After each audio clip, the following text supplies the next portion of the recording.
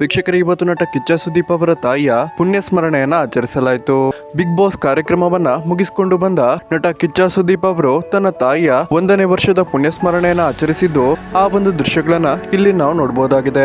ವೀಕ್ಷಕರೇ, ಕಳೆದ ವರ್ಷ ಬಿಗ್ ಬಾಸ್ ಕನ್ನಡ ಸೀಸನ್ 11 ನಡೀತಿರುವಾಗಲೇ ನಟ ಕಿಚ್ಚ ಸುದೀಪ್ ಅವರ ತಾಯಿ ಅನಾರೋಗ್ಯದಿಂದ ವಿಧಿವಶರಾಗಿದ್ದು, ಭಾನುವಾರದ ಕಿಚ್ಚನ ಪಂಚಾಯಿತಿಯನ್ನ ಕೂಡ ಅರ್ಧದಲ್ಲಿ ನಿಲ್ಲಿಸಿ ನಟ ಕಿಚ್ಚ ಸುದೀಪ್ ಅವರು ಶೋ ಅನ್ನ ಬಿಟ್ಟು ಹೊರಡುವಂತಹ ಪರಿಸ್ಥಿತಿ ಎದುರಾಗಿತ್ತು. ಮುಂದಿನ ವಾರ ಬಿಗ್ ಬಾಸ್ ಕನ್ನಡ ಸೀಸನ್ 11 ನ ಎಲಿಮಿನೇಷನ್ ಪ್ರಕ್ರಿಯೆಯನ್ನ ಕೂಡ ನಟ ಕಿಚ್ಚ ಸುದೀಪ್ ಅವರು ಇಲ್ಲದೆ ನಡೆಸಲಾಯಿತು.